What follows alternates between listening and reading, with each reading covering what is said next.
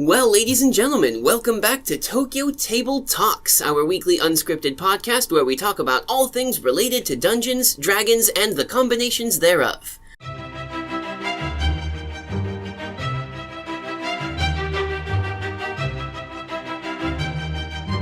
Today, it's me, Atlas the Bard, and...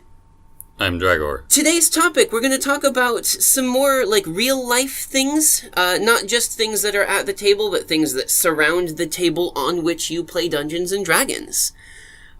We've got a lot of topics to cover today, but let's start out with just talking about some of the things that have happened in recent past for Dungeons and Dragons-related stuff. First and foremost, real soon, they're coming out with the first actual... expanded rule book for Dungeons & Dragons 5th edition. It's going to be the guide to everything. It's written from the perspective of a beholder, so the beholder is actually writing the book. I think it's going to be hilarious. Look out for something about that on the Tokyo Tabletop channel. Of course, we also play our 5th edition campaign every Saturday at 8 p.m. Pacific Standard Time. That is, of course, noon in Japan, if you guys are closer to that time zone. 12 p.m. Japan Standard Time on Sunday. We've also got our Dungeon Walks show, where we continually every week play Dungeons & Dragons and other, adventure-related games, where we've got fantastic members of our Tokyo Tabletop cast coming and sitting at the computer screen instead of the table. So, let's get right down to business. Dragor. A lot of popular media recently has been portraying bits of Dungeons & Dragons, tabletop role-playing, and the general role-playing scene. What do you think about the way that the media has been portraying the Dungeons & Dragons scene recently? Well, I think there's still a level that is perceived as something weird or odd or out there. And so there's different areas that it's shown up. And so, there's a episode of Supernatural where you deal with people who are in the world of LARPing and live action role playing and just personifying that whole area of fantasy that's still considered weird, but yet each has a part that people can get into, but it's still considered weird at first glance. People invest time, money, costumes and rules around all these things, and people look at it and think of it as that's very odd to just center so much around that. But yet, if you just take a moment and look elsewhere, how much people invest in sports. Fantasy football, but also just the event of sports of I'm going to buy the jerseys. I'm going to get a bunch of food. I'm going to learn statistics on all these players. And right. It's not that different. It's just which thing in which you're focusing on. And then you go into other areas I'm forgetting the name now, but there's a movie out there has Peter Dinklage and some other people. Some guys who are at a LARPing event, but then one of them happens to accidentally use an actual demonic book and actually called some demons at a LARPing event, and so it caused them to actually have to do something. And so it is a comedy, but it's also action, and it is people consider it still weird when people are really into it and role play, really get into detail of it. It's still considered weird, but yet if you look at other areas and people getting invested in other things, it's not that different. You are not so different from me.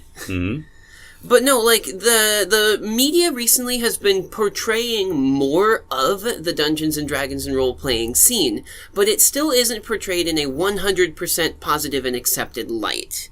However, it has been moving more towards that. Thanks to, for instance, most recently the television show Stranger Things, which is set in the 80s or something, isn't it? It is in the 80s, and it starts right off with a D&D session. Yeah, first episode, they're fighting the Demigorgon on the table. They're fighting this monster, and they go through the process of how they go through combat, a little bit of the mechanics, a good amount of the role-playing of it, and it gives you a sense of it as something that kids will spend time getting into, and it's really good to have that exposure, not just for those who are curious about it or haven't heard of it, but also for those who did experience it and get an extra level just to connect to when watching that show. Oh yeah, well, and back in the 80s, Dungeons & Dragons was a big thing, but it was a big thing because it was controversial also. Yes. There was that whole big satanic panic thing. Oh yeah. Oh man, back in the days. Whether it be the fact that it's a fantasy world or the fact that it involves magic and there's warlocks and But basically, anything that was misunderstood or weird was considered demonic or satanic in most general. Definitely. So, I mean, this isn't to disparage any people who follow any specific religions or anything, but anything that is super dogmatic to the point where it looks at anything that is not its own internal doctrine and says this thing is not only weird, but also inherently wrong. I feel like that might be a little bit misguided. And Dungeons & Dragons really, actually, in-game, takes that to a different level. Because, like, you can actually play as a priest who has a direct connection to their deity. Right. As opposed to the real world where we kind of don't have that. Yes. But yeah, so why don't we take a step back and look at some portrayals of Dungeons & Dragons and things that are similar in the past. One of the earliest ones that I can remember is that there was that 1984... like Saturday morning cartoon, the Dungeons and Dragons TV series, which was ridiculous. Yeah, I admit, I don't think I've ever actually seen it, and if I had heard of it, I probably would have watched it, and that's something I would have invested in, especially since I watched a number of your morning cartoons. Oh yeah, well I mean it's in the same sort of vein as like the Mighty Maxes, as the Mummies Alive, except for that one's maybe a little bit newer.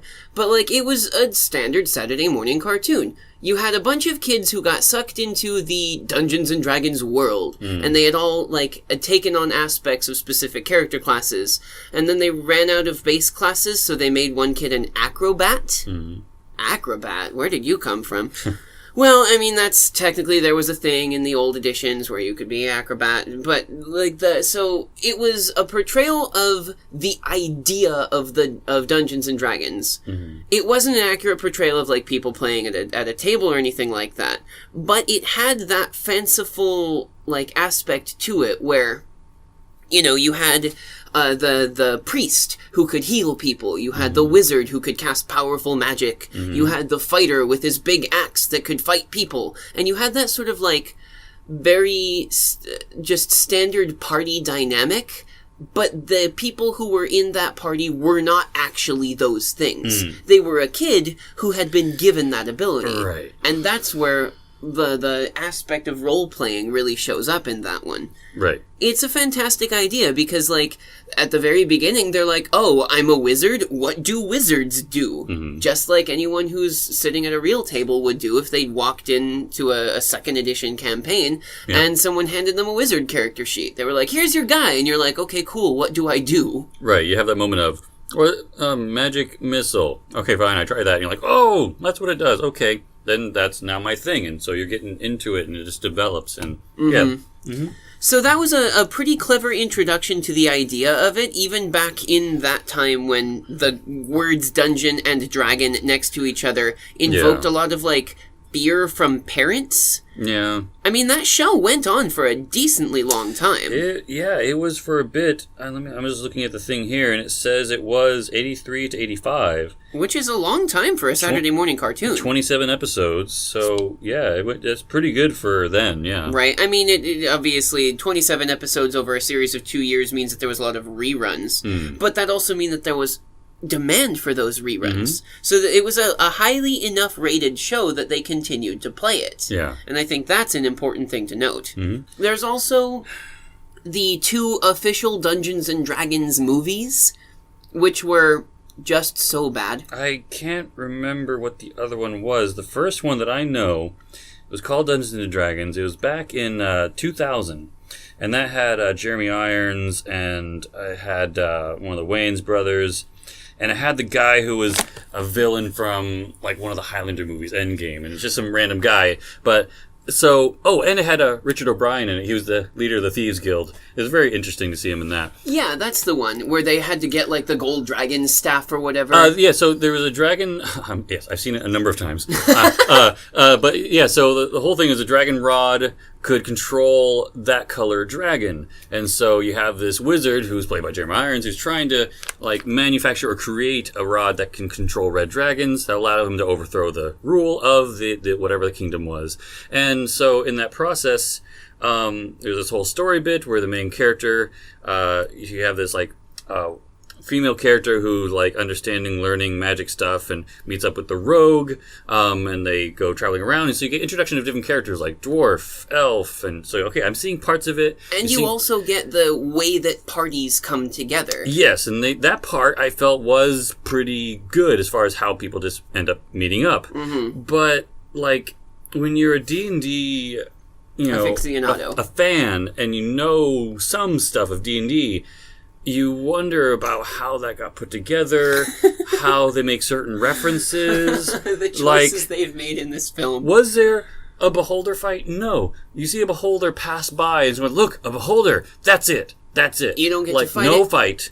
And it was hanging out with some guards? It was patrolling around this camp because they were trying to get some special scroll, and they just saw one pass by. That's it. And, like, those who are a fan of D&D want to see a beholder fight, right? But that would have been too big budget for them. And it was all, like, CG. The beholder was, like, bad little 90s. Passing CG. Some of the spell stuff was like your weekend family movie... happy, Windows positive Movie Maker shit, yeah. Like, you have, like, your family-friendly weekend Halloween movie that has some magic animation. Like, it was that kind of quality. Hocus Pocus. Yeah, which Hocus Pocus was actually good. This just took that and just whatever. And so, to take that, and I wonder about people who are involved with such projects, about writing and concepts, and I'm not an expert. I'm not that good of a writer. But there are moments I feel bad if I felt like I could have done something better. Right. And I'm like, that is not a good thing. I'm not that good at it.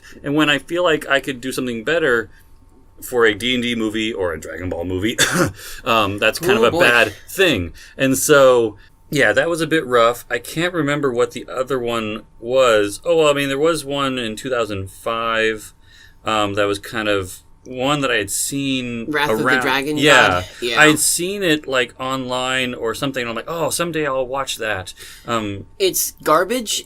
What should have happened was, the sequel to that movie should have been, now we have to find what's happened to Snails. Because he was a main character in the first one, and he was a comic relief, and then he unceremoniously was killed, like, just apropos of nothing. And then we see at the end of the first movie, like, his spirit flies away or some junk. The second movie should have been, let's get him back. This must be connected to the other movie. You know why? Because it has one actor who was in the 2000 Dragons movie. Well, it is a direct sequel. It's just garbage. Because it has the same actor in it. I'm like, it has you, the same character, and I thought you died. No, you didn't? Okay, so you're in it. So it is connected. Yeah. So that's at least interesting. So now I feel like I'll be incomplete unless I watch it, just because I can say I've seen it. Because you've got the completionist vibe to you. Because it's just, why? Right. Why? No, it's really bad. Like, the movies that have portrayed the world of Dungeons & Dragons have all been pretty garbage. That being said, there are productions out there that have done really well with it. Yeah, where is that one I just mentioned?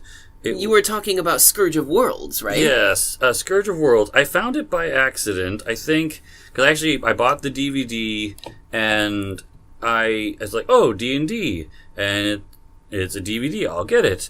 And I watch it, and it's in computer animation, and it basically is a choose-your-own-adventure D&D movie, which is fascinating. So you have these characters, so you have I think it was a fighter, and then you have a rogue, and you have a wizard or sorcerer. Sure. And so they're going through, like, a tavern situation. You go interact with people. You have a situation where you're going through, like, a puzzle with, like, magic. You have a situation where you encounter a paladin fighting this little rock golem on the, near off of a trail. And at each of those moments, you decide, it pauses, saying, do you help this person or do you wait? Or, like, do you do this thing fairly, or do you want to cheat? And each choice has a result, like in the Choose Your Own Adventure books, except this is a movie and there'll be a cutscene after. And yeah, some of those get you killed and you have to go back and, choose another choice and go through it. And that felt actually like the dynamics, the structure, the world, the magic, that felt close and it felt comfortable, like a D&D session that I'm used to. Mm-hmm. I think you can actually find Scourge of Worlds DVDs on Amazon right now. It should be called, what is it? Scourge of Worlds, A Dungeons and Dragons Adventure. Yes. If you want to take a look at some, like, pretty old school ideas, but ones that are actually, like, well put together and well executed, that might be a way to do it. You can also look into, this is one of my favorite things that I've ever watched. It's an independent series called Journey Quest. It was on Hulu, I want to say, a while back, and I don't know if it still is right now. But it is set in, like, a fantasy world. It's faithful to its own internal logics and its own rules that it sets up for itself. Where, like, in the terrible Dungeons and Dragons movies, the low-level wizard's apprentice girl who starts at the beginning also knows Dimension Door. Okay, sure. Why? Why not? But then she also, like, can't cast spells unless she has her spell component pouch, so she has no spells that don't require components. Come on, man. But in this one, like, you know, you start out and you follow some characters that are kind of low-level bumbling idiots, and they get to be badass near the end of it. And it's a fantastic representation of what a world internal of a game could look like. Because it really feels like though the players, like the people that are in the thing are being influenced by players like you and me at a table outside. We just don't see it because we're fully immersed in that world. Right. Journey Quest was free to watch on Hulu if you had Hulu. So I guess it technically wasn't free because you had to have had Hulu. But it's fantastic. It's got like 6-7 episodes. We've been waiting for like 3 years for them to put out new stuff because it's a labor of love for them. They had like a Kickstarter or a Patreon or something like that for it. And I guess they didn't get a lot of support after the 7th or 8th episode, which is sad because it's fantastic. And it's like you look at these productions that are faithful recreations of the world, the things that you would like to be able to watch more of because they have the charm, they have the aesthetic that you want, and they don't get funded, but then we get garbage like the D&D movies. Oh, another one. I've heard, now this, I can't remember if it's true, but I heard that the Aragon series was based on someone's written D&D adventure. That is true. The Aragon series, which is about dragons. Which was the book series, and then they did one movie, which I enjoyed, but yet it was... Yeah. You kind of have to separate it from the idea that it was part of the Aragon series. Right. I mean, it's kind of like what you have to do with the Lord of the Rings, the Hobbit stuff. Because the Hobbit was like a 250-page book, and we made 4 movies out of it or something? Yeah, 4. What bollocks is that? We got, maybe 4 movies out of the entire trilogy. Yeah, and then they decided to take The Hobbit and be like, we're going to do the same thing. Right, and the Lord of the Rings, they did 1 per, and then they had the extended editions, which, fine, and that's good, and you got a lot of material, and that's good, but you get a lot more in visual when you're telling a story, because where a page or a paragraph describes a setting, you get that in a scrolling or panning by shot, just passing by. You get a whole description of a thing, and then you carry on. And so... Right, there's that separation that you want to have there about material and how many movies and whatnot. But, so, the Aragon, that was different. The concept was there. There are aspects you can tell it was someone's story, but it was definitely not ever directly connected or communicated as a D&D story, but it was kind of based on a written adventure that someone had done up from that. It was that sort of, like, nudge at the side of the table, like, this is totally a campaign we played, Right. Which is another thing that you'll get with Adventure Time. It's pretty common knowledge now that Adventure Time is a D&D campaign. Like, there's even episodes specifically, like the episode where Finn takes Flame Princess into a dungeon. It's like, let's go on a date. We go into a dungeon. Finn is like, alright, I got this. I'm gonna be the cool fighter character. And then Flame Princess just waltzes in and is like, oh, I'm super OP. Waste everything. And Finn is like, that's not how you're supposed to play this game. So it's pretty obviously a D&D campaign. And that's fantastic. I really liked it. Like, just all of the aspects that Adventure Time brings forward that are about tabletop role-playing, it really feels like Finn is the son of Jake, who is the dad, and Jake is the GM of the game, and sometimes he's not around, so Finn has to go get into his own little adventures. But when Finn and Jake are together, it's almost always like, okay, this is totes like a session of D&D. Which I think is quite good. But then you've got the sort of comedic bigger budget, and I don't know if they're really big budget. They were feature movies, at least. The Gamers movies, Gamers 1 and 2. Where you had the literary device of people playing Dungeons and Dragons in the back of a comic shop. And, like, the comic shop owner was the GM, and he had a bunch of people that were at the table, and, like, there was one guy who was like, yeah, I'm gonna play a monk, and he was like, there's no monks in this world, and he's like, yeah, but it's in the book, so you get, like, the loser rules lawyer character, and he's like, yeah, I'm a super cool Chinese martial artist, and it's like, yeah, but we're in, like, medieval England style, so, well, it's in the book. Okay, fine, whatever, kind of thing. And those are fantastic because it gives you the glimpses of, like, this is what a real table might look like. Here are the people that sit around the table. Here is some of the stuff that might happen. You even have, like, interpersonal conflicts at the table where one player leaves because he's mad about rules. And it's a pretty, like, faithful representation of what Dungeons and Dragons looks like to the outside observer. Now, granted, it does kind of make it out to be a ridiculous thing, and it's like a, haha, look at these guys, they're playing Dungeons and Dragons, and they're getting mad at, like, the rules of a game, and then whatever. But there were 2 movies of it, and they were both hilarious and fantastic, and they had drama, and they had, like, good representations of what the game is. Not just like a, hey guys, check out this dumb thing.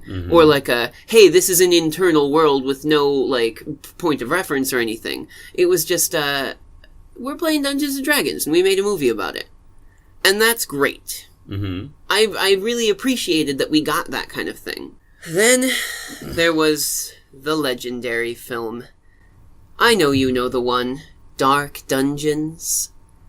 The one that was based on that Christian tract saying how playing Dungeons and Dragons was the gateway to demonology.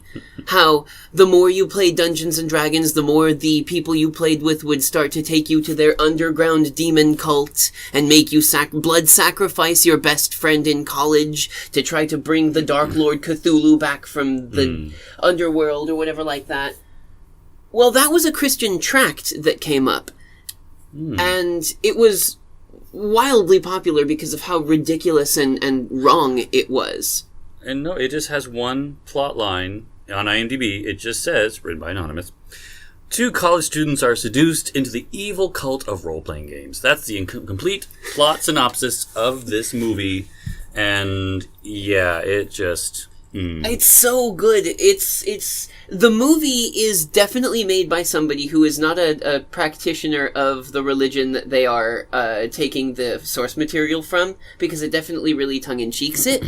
But that also shows that people cared enough about Dungeons and Dragons that religion got so far into it that they made media about Dungeons and Dragons too. And that's hilarious.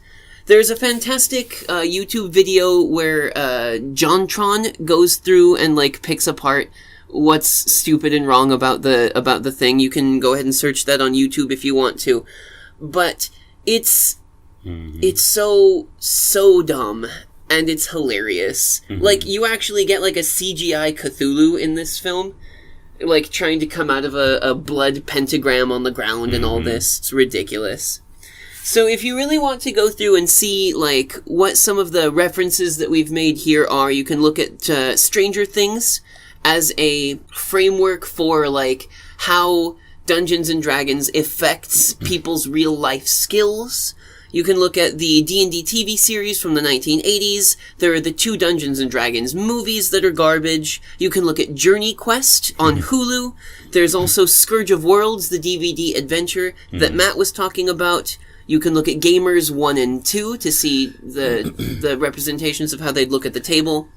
And you can take a look at the legendary film Dark Dungeons. And apparently I've just been reading up on Geek and Sundry, which is a nice little group company that's based on gaming and whatnot. And they had an article a while back about a upcoming D&D movie they're working on, which apparently has a lead role from an actor who was in, like, the Divergent series and some other stuff, with a writer who, for a screenplay, who worked on Wrath of the Titans and the Aquaman movie.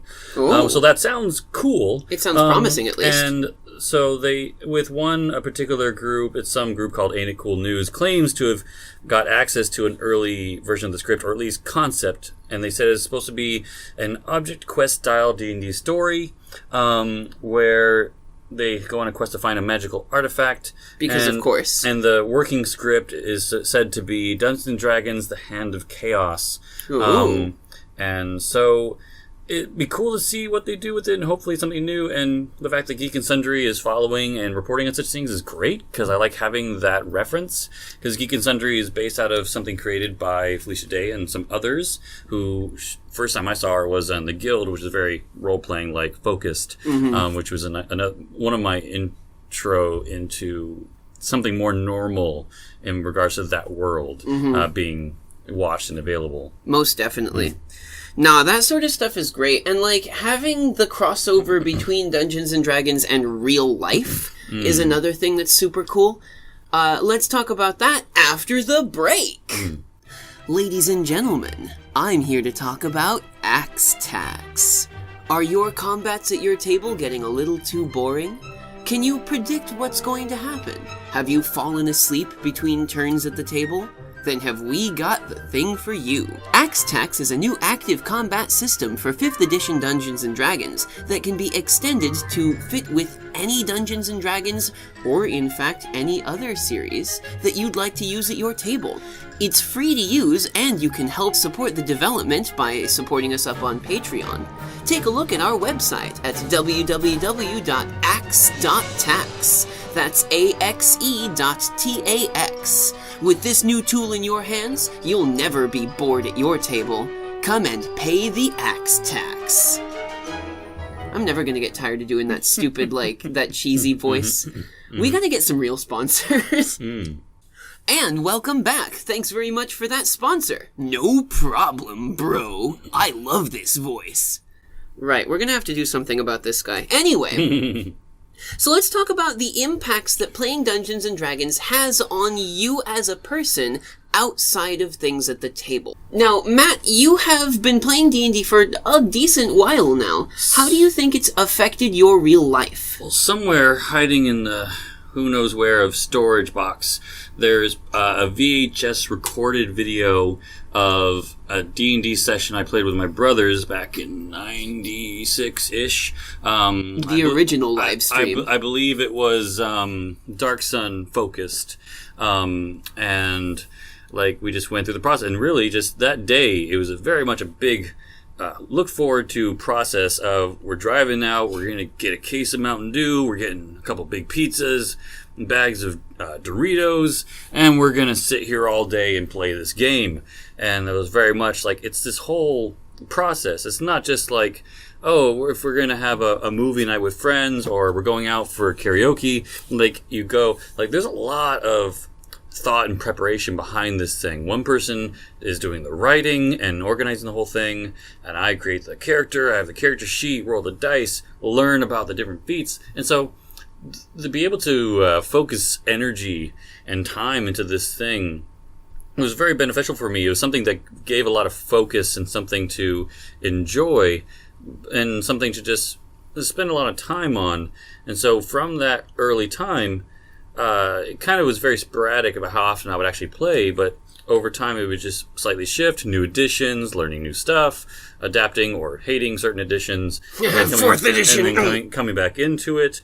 And so it's becoming this big thing that is part of my schedule, which we play every Saturday for those of you in the States, or Sunday in Japan, and it's something that is part of the schedule and something that we look forward to. We talk about it outside of it. I had to spend some time coming up with a backstory, and I'm excited to hear about that, by the way. Influences come from different places. So maybe I'm just sitting there watching a certain movie and I'm like, this makes sense for Dragor, so I'm going to write that into here, and that's what I was going for.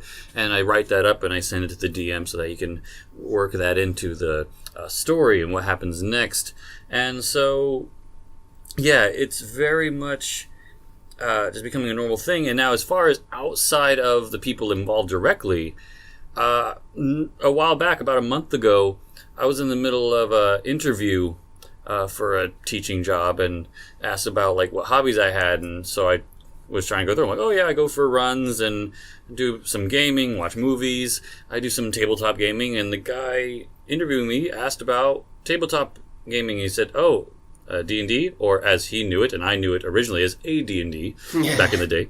And so you have that random moment of just discovering people who grew up with it or knew it, and you find them every once in a while, but it's that sudden moment of like, because you normally just don't know. You have to actually bring it up or have that moment where someone finally dares enough to mention Dungeons and Dragons, and then all of a sudden, those who are familiar just immediately just pop up. Oh yeah, floodgates open. It's a whole fandom thing. It's like when you're out and about and you make a Doctor Who reference, and all of a sudden someone on the other side of the room like, what? Right. So you have that moment of connecting, and so it's glad that you can have those moments of discovery with other people, and it just shows up at random moments, and it's a great thing to be that into something, and you end up connecting with someone because of it. Oh, definitely. The fandom that surrounds anything is a very strong place to go for if you want to, like, bond with other people. You just have to make sure that you mention the right fandom. Mm-hmm. And right now, something like tabletop role-playing, especially with pieces of media out there like, for instance, Critical Role, for Dice Camera Action, there's the big groups out there that we're going to get to one day, I hope, that make it such that it's easier for people to experience the roleplay aspects without having to, like, get a group together and do all the work themselves. And I think that's really great. But, like, for instance, even if you've never played Dungeons and Dragons in your life, if you've watched some episodes of Tokyo Tabletop or Critical Role or something like that, you can still have a conversation with somebody who has played the game. Mm-hmm. So there's that sort of gateway into it. And it really just gets you closer to other people. And I feel like that's a thing that we are kind of missing a lot of in today's society. But so now that you've told, like, what you can do interpersonally and things, are there any skills that you've developed in D&D that you use more now in real life, or vice versa? Are there any real life skills that you can really put down in D&D? Well, whether it be skills or just in general, not just in communicating with people who know it, but it's almost like this whole other language. And so when you have people that you communicate with who understand it, then it kind of opens things up and you're a little more comfortable to be able to communicate. And so being in those scenarios, it's a fantasy situation, but yet there are times where you have those moments and sometimes you're able to take a certain aspect of personality or a certain way of communicating that you take out of that experience, and you might end up using it in the real world, whether it be, oh, I'm not normally that outspoken or talkative, but over time, in playing a certain character in D&D who was a bit not me normally, a bit more outgoing, and just by doing this over time and having this small sample size of people that I was that way with, made it easier to bring that into other situations. Mm-hmm. Because I was able to communicate with people then, you know, maybe certain aspects of problem solving or management over people in a group who does what, an organization. There are definitely several parts to how a D&D session can go that could apply to outside situations, and a lot of people tend to bring their personality into the game, but I think there are a good number of situations where people can be in the game, discover something or try something, and then end up bringing it out. Definitely. Like, our dear sorcerer Corey. When I first met Megan, she was a significantly more, like, reserved and quiet person. But now, after having played Corey Dragonslayer, or Dragonfoot, or Corey the Mysterious, Claw. Cortex. Yes, Cortex. We gotta figure out a name that Cortex. will stick. Cortex. But, like, having played as Corey for a while, you can really see how it's changed Megan's outlook, how it's changed her ability to interact with other people. I think it's done her really well. Like, now she's more outgoing, she's able to have, like, stronger conversations with people. I really enjoy seeing how people grow when they play Dungeons and Dragons, and I think it's fantastic. Any sort of, like, interpersonal role-playing game where you have to take on the aspects of another character is great for your own character growth. And that gets into things like theater productions as well. If you have never done theater before, but you've never played Dungeons and Dragons, then you're kind of going in blank. Yeah. But if you've never done theater, but you have played Dungeons and Dragons, you have at least that backstory to use when you're walking into it. You have that ability to be like, yes, okay, well, I understand how to embody the aspect of another character, so I'm going to take that ideology and walk right into how to actually embody this character on the stage. Right. And I think that's fantastic. Just that bleed through is amazing. No, it's definitely something that happens is you take... It's not just out of nothing that you either do theater or you do D&D. You always take something from you to implement into this character, because that's just what makes it work. That's what role-playing and acting and fantasy is taking a piece of you, either that's big or small, a certain personality trait, and bringing it into this character, whether you play a good one or a bad one, evil or whatnot have you. And so it's definitely a lot of fun to try that, and whether it be... like if I try to play Dragor, there's a certain aspect of disregard for violence that it settles things just fine for him, whereas violence doesn't necessarily happen for me, and it's not really ever something I go for. But in this scenario, it's something that just is fun to imagine going in this scenario. But it also applies to... we have a cleric that goes with certain aspects of following Paylor, and you can make connections about, do you follow devout? Do you struggle with it? Does that mirror your actual life at all about, in regards to your view on religion? You get to kind of play with that, and it sounds kind of ridiculous to some people, but you actually have a certain level of discovery you get over how you portray this character and how you normally would portray that situation. Oh, definitely. And psychologists have really started using Dungeons and Dragons as a way to get patients to open up. And I think that that's fantastic. That idea that you can portray a character, but deep down, whoever you portray is an aspect of yourself. Maybe one that you don't show to others, or one that isn't that isn't active or whatever, but is still an active bit of your brain. That is super cool, and it's important to be able to compartmentalize the things that you don't want to come out in society and all that. But then also to be able to just be like, all right, well, I'm going to play this, half-orc paladin with a pirate accent today. And we're going to go through and be, the paladin of the fight god and just be like, now we're going to go and make sure that there's fighting happening and stuff like that. That shows the people that you're playing with another bit of yourself that they probably wouldn't have been able to see otherwise. Right. Having this scenario, a way of viewing things, and from a D&D perspective or a theater perspective, is it's kind of like being given permission to allow certain aspects out.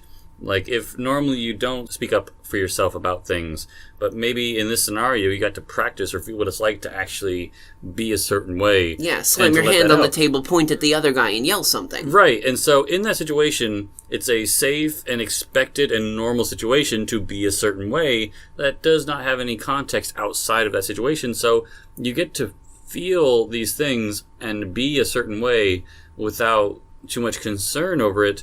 And you get a response, you get feedback, because you will talk to the people. They'll get responses in character or out of character. And so it's a way of, for those who struggle with aspects of interaction and being social, it gives them a means to practice, or even for some people, it gives them permission to just be however, and allows for the opportunity. And as far as another thing that comes out that I think has become more known, or at least more common knowledge, is there are memes and other things out there that pertain to character alignment. There's all kinds of memes I've been seeing out there about character alignment that shows, we can equate character alignment with how they leave the toilet paper roll. This is lawful good, and then if they just leave it standing there, that's true neutral right there. And if they leave it on the floor by the side, well, that's just chaotic evil. And there's that, and it connects to multiple other things, but it's becoming more commonplace, and so people are sharing it. But then people who don't know, but just because they're exposed to it, will be like, "What is this?" And it's like, "Oh, it's a D&D thing," and whatever. And it begins discussion because it's becoming more normal.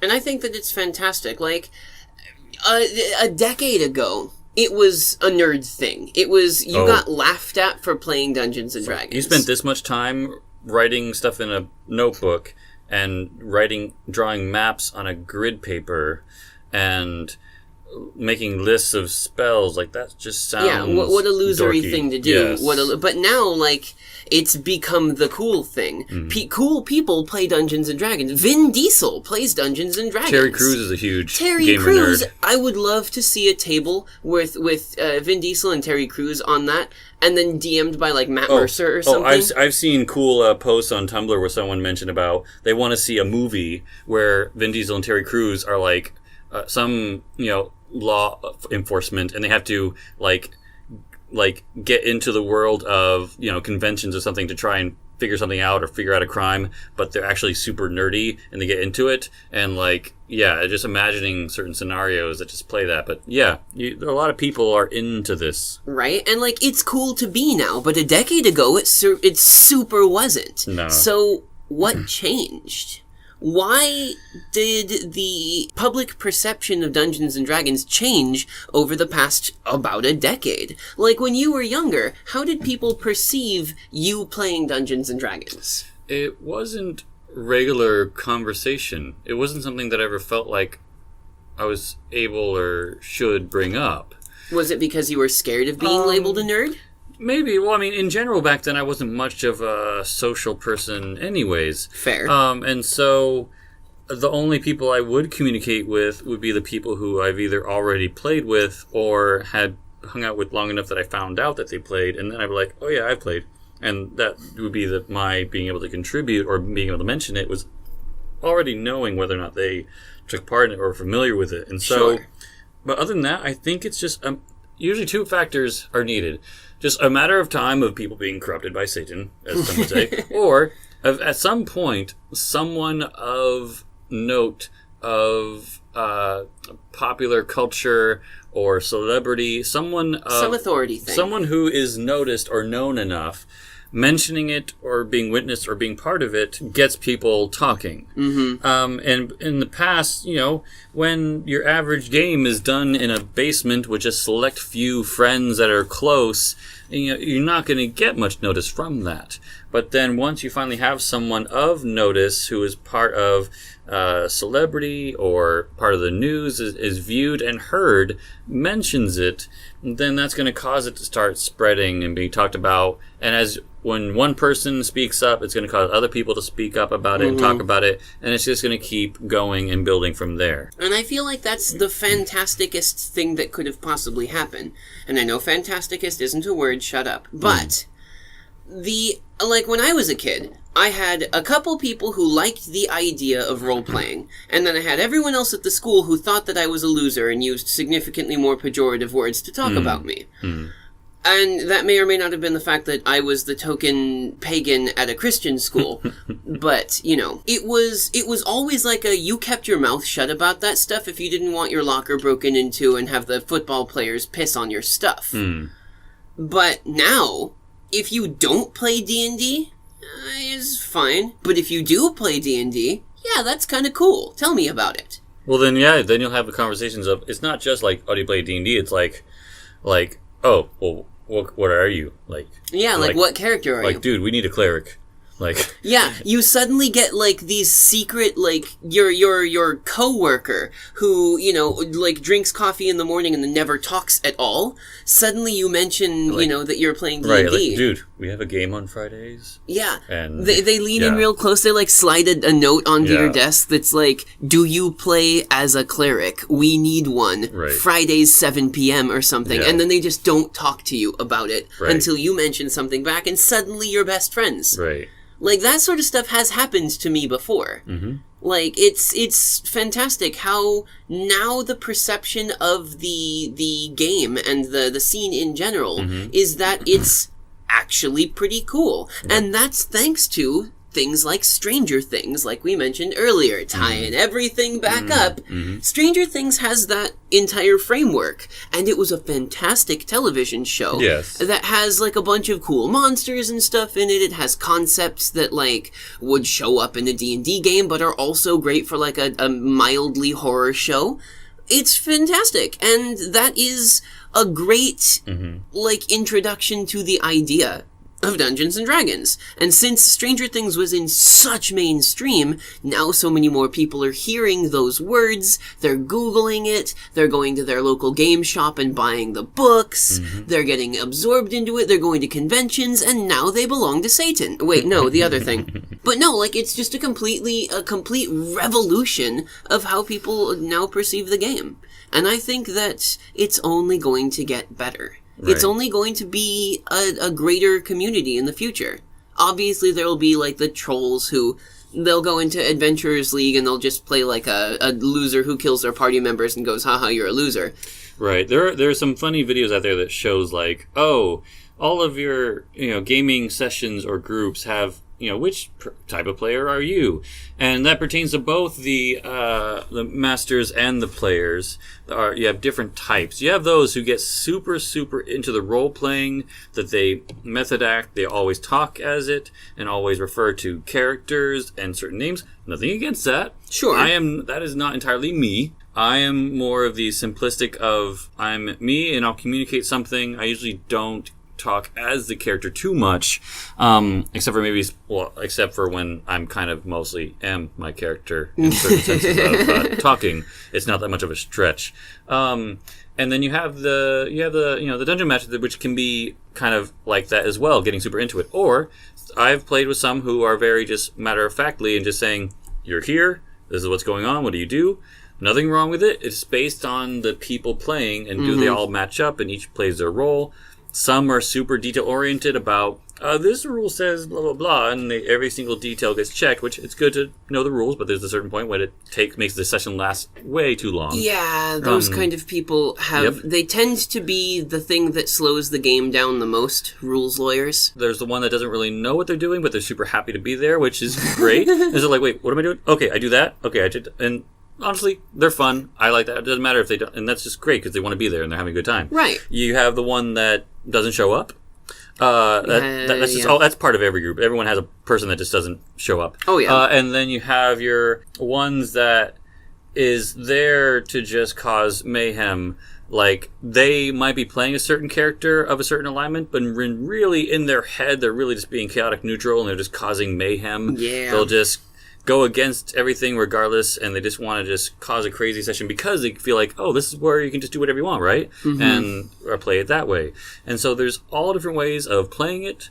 There's all different ways of what kind of story you do, and it's definitely just a starting point or guideline to different aspects. So there's D&D, there's Shadowrun, there's there's Star Wars tabletop game, which I love because it's D&D Star Wars. But so you have all these different things to go from, and so there's so many possibilities, and that's another aspect that happens when you meet people who are familiar. We say, "Oh yeah, do some D&D," and they're like, "What edition?" Yeah, or, right. What which one did you do? Right. It's like, "Oh yeah, that one." But then you also get the, like, blood feuds, the, like, oh, you play D&D? I only play GURPS, or whatever. We'll talk about that in another episode, I think.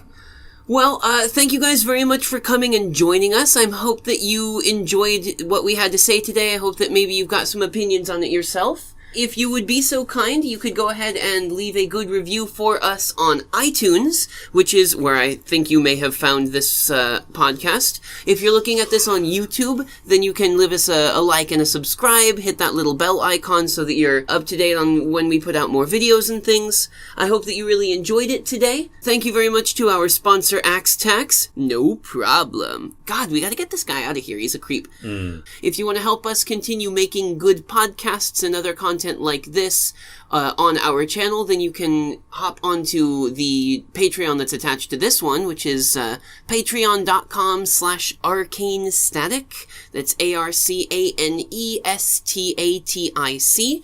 That's the Arcane Static channel. You'll also be gaining access to some of the super secret project that may or may not have actually started to come out by the time this podcast goes out. We'll see. Well then, ladies and gentlemen, thank you guys very much for coming along, and we'll see you next time.